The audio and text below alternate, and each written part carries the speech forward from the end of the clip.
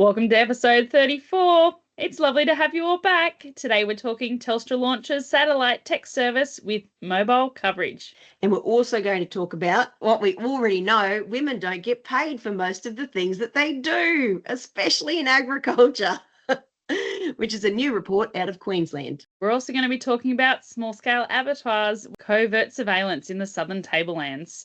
Activists invade an abattoir.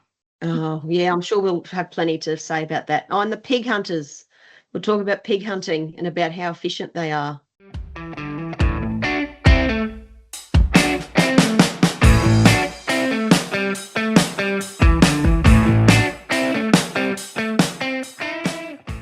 Hi, welcome to Agsolutely Fabulous. My name is Gillian Fennell, also known as Station Mum 101. I love everything about agriculture, especially the people and especially communicating about what makes Australian ag so special.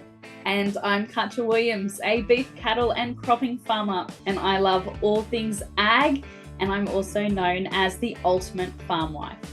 Together, we are Agsolutely Fabulous, and we are talking all things agriculture beyond the headlines. And we can't wait to give our opinion to you, and we hope you enjoy it. So let's get into today's episode.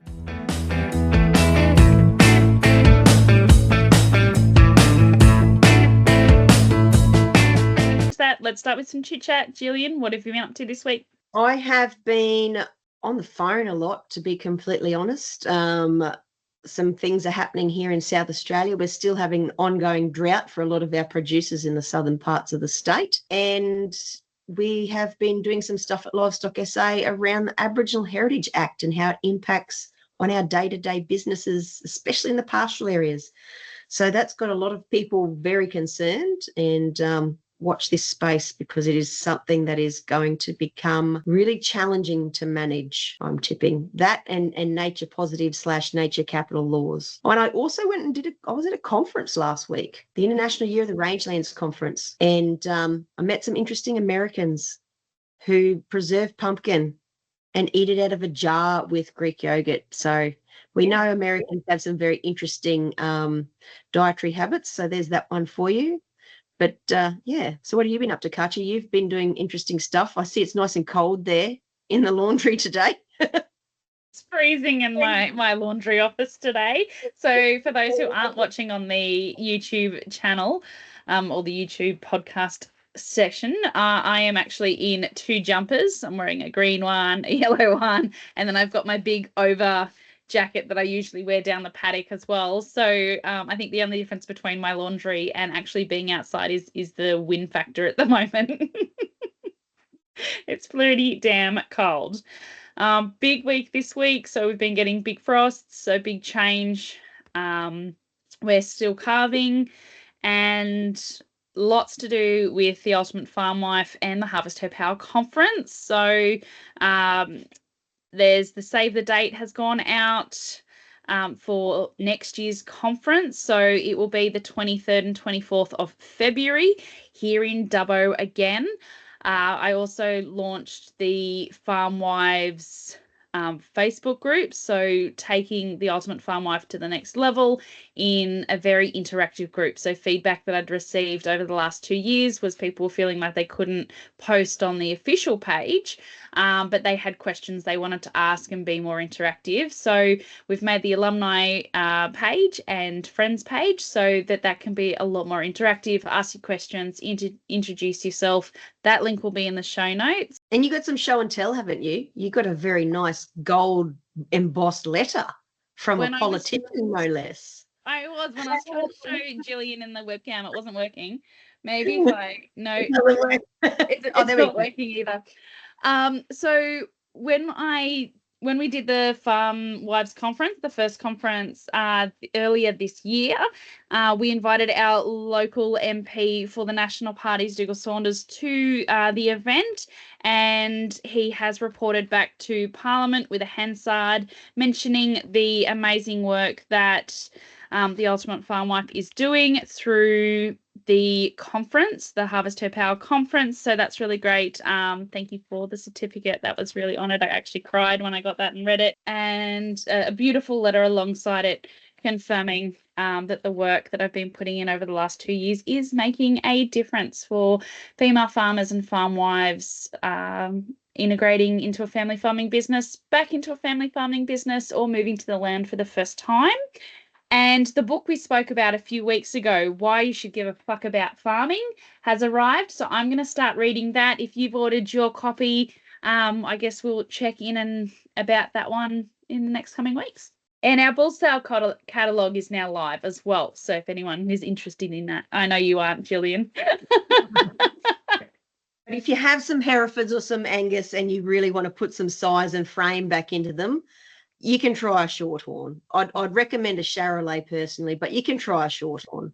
A good animal's a good animal, unless they're Angus or Hereford. So, all right, let's jump into our first topic. So, Telstra launches a satellite texting service with no mobile coverage. Gillian, do you want to tell us a little bit about that one? Yes, so this is something that they've been working on for a while, and it does rely on, as far as I'm aware, the Starlink network. Now, we have tested it here on the station, and it does work if your phone has the latest iOS updates. I'm not sure about Android because we only run iOS phones here, and it has to be a certain model. So mine is a 12, I think. It doesn't work on mine, so I'm not sure. It has to be like a certain number and above, and it does have to be able to see the sky. So if you're sitting in your car and you're wondering why it won't work, you have to actually sit it on the dash near the windscreen or hold it out the window. And yes, it does send and receive texts in real time. So whilst I wouldn't rely completely on that in an emergency situation, it is something that most of us do carry around in our pockets, and we can now use to send a text message. Apparently, greater data capabilities are on the way, but again, don't know who's going to be paying for that, how accessible it will be, and how well it will actually work in the field. So, yeah, that's something exciting. Let us know if it's working at your place, and is it working better than actual mobile coverage? Which we know is rubbish. Which doesn't excuse Telstra, Optus and Co for not actually providing good mobile coverage either. This is just an emergency measure. It is not designed to replace a working, functioning mobile network. Thank you very much, telcos. So there's that. Yeah, exciting things happening. You know what we're not going to talk about, Katja? We're not going to talk about Farmer Wants a Wife because I am sick of them. And I'm sick of their nonsense. So let's just move on to animal activists in abattoirs. Again, covert surveillance. Now, with the red meat industry, obviously, and abattoirs and that, we cop a lot of this sort of stuff from our good friends at the Farm Transparency Project.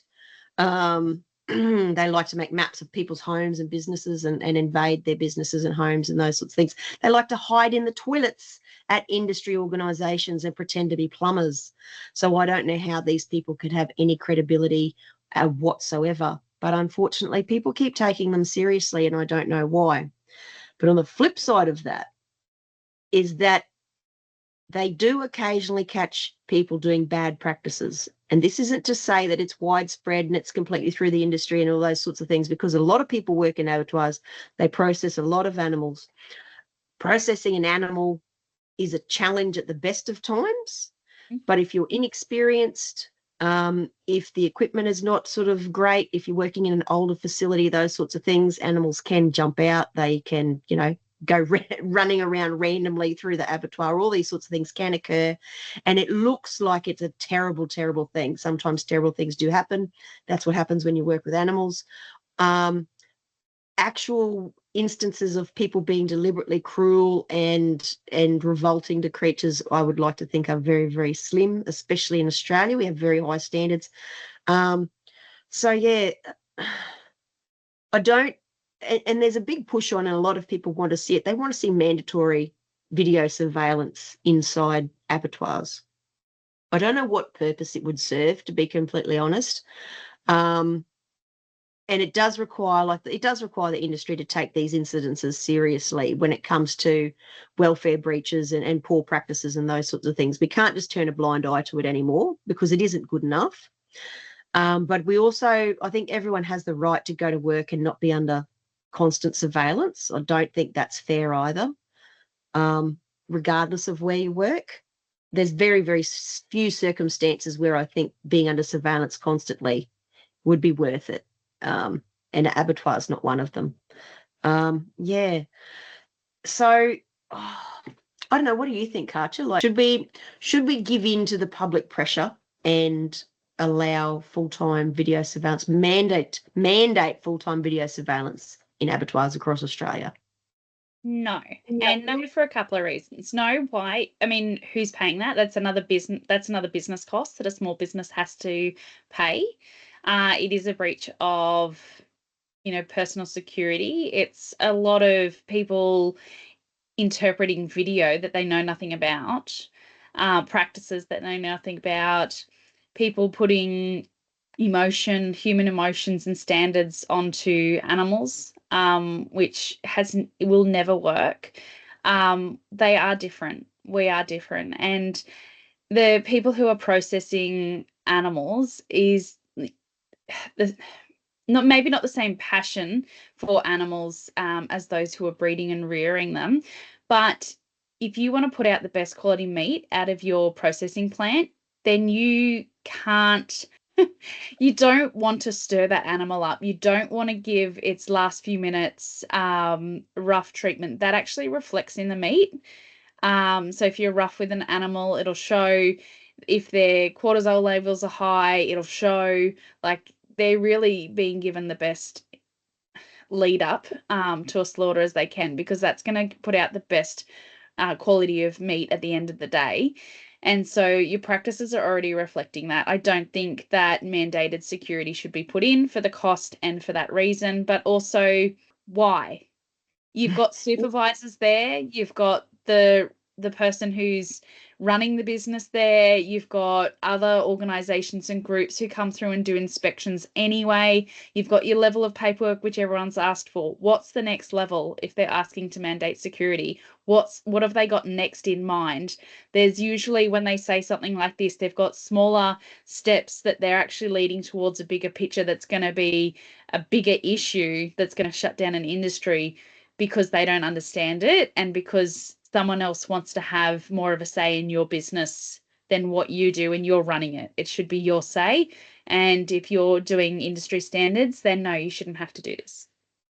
I think you nailed it there when there's the potential, and we see this like with videos of animals in sale yards and all those sorts of things. People don't understand animal behaviour, and so they misinterpret what's happening. And you could show a video to an animal activist and they would come up with a certain explanation. You could show it to just a general person on the street and they would think something different. And then you could show it to a producer and they'd have a different opinion. You'd show it to a vet and they'd have a different opinion. But for some reason, those people who have no actual knowledge of animal behaviour, their opinions are taken as seriously as those of us who do have a deep knowledge and understanding of animal behaviour. And it's I don't think it's a slippery slope, and not to say that we shouldn't all be striving for best industry practice and those sort of things, but 9 times out of 10 people are not breaking the law. Yeah, they're doing things to the best of their abilities and to industry standards.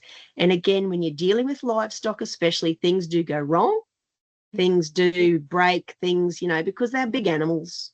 And you got the human factor. Humans have bad days, they get upset, and rightly or wrongly they might lash out at work or at an animal or something like that. All of these things come into play, which is not to say that the entire industry is bad and that what they're doing is bad. So I think we need to stop giving these people airtime in the sense that they can't be taken seriously, because we know what their end goal is. Their end goal is to restrict animal agriculture to the point where we all just pack up and go home, which is never going to happen. So why do we keep listening to these people? I just think they don't expect it in other workplaces. They don't expect a report and an internal review on that for the world to continually talk about all the time. So why do they expect it in agriculture? And it's just going to push the prices up even higher, to the point where how many times a day do you eat? Do you eat 3 times a day? Do you eat 5 times a day, including snacks? then people are going to complain about the price at the supermarket. Well, guys, you're attacking the industry that feeds you. Remember the saying? What was the old saying? Don't bite the hand that feeds you. Back off agriculture. I don't think it's necessary. Yep. Too many regulations and too many restrictions are placed on our industry by people who don't understand and also don't have to suffer the consequences of putting those regulations on, because they're usually privileged and wealthy, because it's always the poorest people that suffer first. When the price of food goes up, when availability is restricted, then they're the ones who miss out. The people making these laws and rules never miss out because they're in a position of privilege. So stop making rules for the top levels of society and start making them so they benefit the lowest levels, and will raise everybody up at the same time. It's crazy. But, on that sort of making rules and regulations, the pig hunters in New South Wales, they've done a bit of a count up of how efficient and effective they are. And they believe that they are more efficient than any other type of animal control. And there's a big discussion because a politician, I think the Shooters Fishers Party or some party, has tabled some legislation where they want to open up national parks to hunting. Of course, there's groups that don't want this to happen because for a variety of reasons. And let's not, pretend that every single recreational hunter is a really good person who's going to be really responsible, because we know there's some yahoos out there, and these sorts of things need to be weighed up. But I think personally, given especially with pigs and deer are probably some of the most destructive animals. So much. And they're also really popular hunting species. There should be allowed to be, certain hunting times or whatever inside national parks, because we know the parks aren't resourced properly to look after this mess themselves. They won't fence them in or out. So they just become breeding grounds that go and make them into very bad neighbours for everyone who shares a boundary with them. And, feral animals galore in the national park. So we need to utilise every single tool in the toolbox to keep feral animals under control. Feral horses, they don't belong in national parks. If you want to have brumbies, go and buy your own block of land, get them out of the parks. Donkeys, camels, dogs, cats, deer, pigs, all those creatures, they don't belong in our national parks. In too greater numbers, they're going to wreck the agricultural land as well. So let's all use everything we can. Let's poison, let's shoot, let's trap, let's bait, let's clear them out. Yeah, absolutely. And I think it was really cool that they had some statistics that were brought out in The Land this week, where over the King's Weekend alone, which is the public holiday we've all just had, in a competition at Ivanhoe, which is west of where I am here at Dubbo, New South Wales, where over 2,208 pigs were caught just over the long weekend. That's incredible for one small area. Imagine, where that is stretched across everywhere else. Yeah. And, there's a lot of talk around bounties and those sorts of things, and people say bounties don't work because then people start breeding these animals up so they've got that continued source of income. But I think a lot that has changed significantly, because the bounty's not a significant enough amount of money. You can't make a living. It's not like in the old days with foxes and rabbits. You can't make a living, bounty shooting creatures anymore. But it does doesn't completely, helps cover those costs, say, of your ammunition, of a bit of fuel, those sorts of things, so you can shoot more things, remove more from the landscape, travel a bit further, all those sorts of things. It just helps. And when, we need to utilize every single thing we have to get the feral animals under control. And so hunting, I think, and bounties could possibly be a part of that, if utilized responsibly, is the caveat on that. Yeah. Yeah, absolutely. No, I agree with that. For those who've been listening for a long time, you know that Gillian and I are both pro hunting and pro control of feral animals, and that includes all of the ones that Gillian listed earlier. And I don't see an issue with that, as long as there is some sort of regulation on it. Yeah, we can't just have people willy-nilly out there blasting away and spreading unregulated poisons and all that sort of thing. So, it has to be done within the law, but, bring people along who want to really get involved in this sort of thing. There's some really talented hunters out there that could make a real difference in localized areas if to sort of bring populations down to manageable. So yeah, let's just put your political sort of, this versus that aside and think, okay, let's make a plan that's going to deliver the best outcome for the native animals and the landscape. And that is a combination of factors. Oh, and we've got a listener question this week, Katja. Dun, dun, dun. We do, and I will read it out because it is for you, Gillian. Okay, so our listener says, "Hi ladies, love listening to the podcast. I'm an urban listener and have a question for Gillian. Given your role as the chair of South Australia Livestock and your ambassador work with MLA, I was hoping you could shed some light on something I've noticed. At my local Woolworths, there's seems to be a limited supply of beef lately. I know you ladies have mentioned how the floods in Queensland and northern New South Wales have impacted fruit, veggies, dairy, and other industries. But what's the story about beef?" Well, it's a very similar story. The floods in Queensland and New South Wales have impacted not so much the availability of animals, but their transport to places where they can be fed and then slaughtered and then turned into beef in supermarkets. So there's just a slight bottleneck there at the moment. It is predicted to ease up, and unfortunately for our domestic consumers, our export markets are still going really, really well for beef because they're able to get those animals processed and out of the way quicker because they're different. They don't have to go through the same sort of supply chains. There's just a few more steps in the domestic chain. But yeah, it is coming back online. More cattle are starting to hit the sale yards now as people are being able to move around and muster and send cattle to the sale yards and to the works.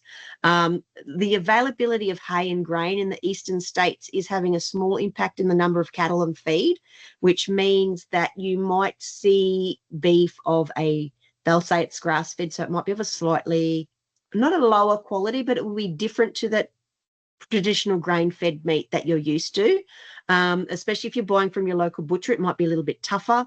You might have to go towards the, a bit more slow cooking and that sort of stuff because, there's just not that availability of that stuff to feed like creatures anymore because of floods, droughts, all those sorts of things. All those sorts of reserves are being used up. They're having to truck them from all different corners of the country just to keep their animals alive.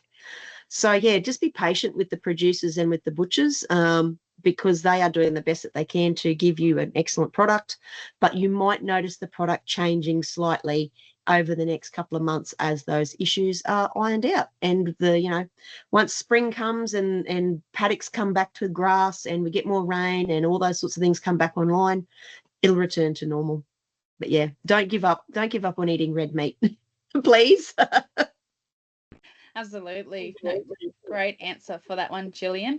Fun fact, my parents have actually left for 4 weeks of fencing. They've headed up near Quilpie with Blaze Aid. So they'll be helping a lot of those farmers fence in their boundaries. So great work that Blaze Aid is doing. And look forward to getting some photos and hearing some stories while they're up there. So finishing up with our last topic, should women be paid for voluntary work on farm in their community? This is a article out of Queensland Country Life and came from, I believe, the RRR Women's Conference in, was it Rockhampton? Yes, it was in Rocky. Just last week, wasn't it? It was very recent. Very recent. Yeah. And obviously telling us something that we already all know. Women are not properly recompensed for work because the simple fact of it is that no one can afford to pay us for everything that we do. And that's part of, we understand that, we appreciate that. And I think working in a family, like working in a business versus volunteering in the community are two very different things. No one forces you to volunteer in the sense that it's not compulsory. I know that we feel obliged to do it, especially when it is to do with our kids. We volunteer at the school, we go and read books and we go and work in the tuck shop and we raise money and all that sort of stuff. And we volunteer in our community to make our community healthier and safer through CFS and ambulance and all those sorts of things. Then you've got volunteering in a family business where, you might not be on the actual documents, so you're not getting a share of that. You are doing unpaid hours, unpaid work, and there's no, I guess, future plan to ever be reimbursed for that sort of expenditure. Giving your life up for an entity that isn't going to acknowledge that now or in the future is a interesting place where we find ourselves, many of us. It's not news to us that women are the backbones of communities, because of the nature of the work that we do. Not saying that we don't work as hard or do as much, but we are often able to multitask with our duties and do several things at once, such as care for children and volunteer at the same time, such as combine many roles into one. And we carry the burden of everyone else who has to be single-minded and single-focused on their actual duties at that time. But we're not being looked after. We don't have access to the healthcare that we need, the childcare that we need, the mental health services that we need. And it takes a terrible toll on many people, and it takes a terrible toll on many families. And I'm sure you would have seen this, Katja, in your community. You would have seen women, breaking their backs to carry the whole community, and eventually something just gives. Yeah, absolutely. And I think it's really interesting when you see those women, and many of us can identify them and we know who they are. We see them, we see their service. But then, when they do have a breakdown or they do have a health scare and they exit the support that they're doing, it's quite often that people won't recognize them out loud. And you just think, hang on a second. I don't get it when other people are more than happy to be like, oh, they didn't look after themselves. It's like, hang on a second, you are more than happy to watch them carry the weight and know how much pressure and stress they're under, and then you're going to say they didn't look after themselves. It's that negativity that it grinds my gears. And we see you, ladies. We see you and we acknowledge you, and please look after yourselves. Put down the load, because everyone who gets out in their community and has a go and does something, they all have their detractors. It doesn't matter how simple it is that whatever it is you're doing, there is always someone who goes, oh, what's she doing that for? Or, but the minute you stop doing it, they don't pick up that load. It's sort of consequence-free criticism, because they're not prepared to step in and do it. So, you can't carry it all. And we've spoken about burnout before, because both of us at times sail pretty close to the wind. Miss, I get myself in hospital being very unwell. We know what it's like. So, don't listen to those critics, and because we know burnout is real. So we'd rather keep you in the community and keep you in your families than to satisfy the critics who aren't prepared to pick up that burden themselves. Yeah, my favorite thing is when I go to events now, and it seems to be becoming more popular. It's like, before you complain, have you volunteered? So that's definitely one. And I really like that this type of, although this isn't new to us, I'm enjoying that it is in the media now. I really like that people are talking about it. It's the space that you and I have worked in for so long, from very different aspects, from different life experience as well, to try and push this into being something that is spoken about, to being something that is acknowledged. And like we've spoken about in previous episodes, these women need security. If they are not being paid for what they are doing, they need to be looked after, both physically, mentally, for not just what they need to get through the day, like food, water, shelter, but anything else that is going to keep them being able to take the weight of the farm, to take the weight of their partner and their kids and their community. So as long as they've got that security, as long as they have protection, because it is a highly vulnerable place for anybody, whether you are in agriculture or not. You need security and you need safety. If you have that in your family farming business, if succession planning is happening, or if there is something else in the background that you have that will take you out of being vulnerable, then that's great. Let's keep having those conversations. Let's keep sharing it in the media. And everyone, please have compassion for those who you see. Acknowledge them. Yep. And I'm so glad to see finally, because it is, we know it, we know it exists, but to see actual reports with scientific rigor, with proper boundaries and guidelines around it being written and tabled and presented and circulated, and then in the media as well, to highlight the burden that volunteers, and this is not just women volunteers, because there are a lot of volunteers throughout the regional rural areas, carry, and get nothing for it. And oftentimes they get worse than nothing. They get criticized, they get ostracized. It's a thankless task in many ways, being a volunteer in your community and being a volunteer in a family farming business. And, being able to publicly acknowledge that, I think, is this first small step onto making things better.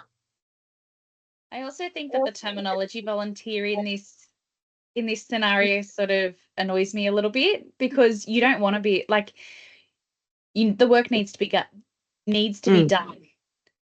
But the fact that you're volunteering that and it's not being acknowledged, that it's not being rewarded, is quite annoying. Yeah. You don't willingly volunteer in a business sense. You're a unpaid employee, but then you don't get the same benefits as employee. You don't get sick leave, you don't get super, you don't get any work health and safety protections, you get nothing. So I don't know what the ag fabs, can you come up for a word that the unpaid people in family farming businesses are called? Because it's late at night, I'm drawing a blank, so we'll leave it up to you guys to come up with something. Usually we would be called like farm wives or something, but there's got to be another term that explains it as if it's in a corporate business structure, rather than a title of where you sit in the family. Yeah, because we're not interns. Interns don't get paid either, but we're also not new entrants into like some of us have been in this show for quite a while. So we're more than interns, but we get treated like interns. So yeah, outturns maybe, I don't know.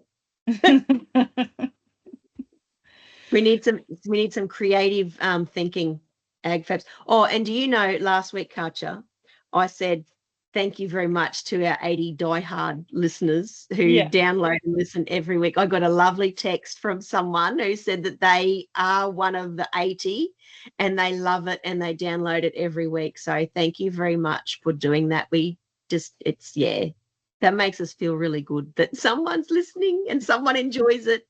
The whole 80 of you. Thank you very much. We've got over 300 on the Facebook page, and I'm not sure on the Instagram or the other socials, Gillian, but would love to see more turning up every week. Please keep submitting your articles, your research, whatever it is that you'd like us to talk about, which is agriculture beyond the headlines and closing the urban and rural divide. Until next week, guys, have a fantastic week, and we'll talk to you all soon. Bye.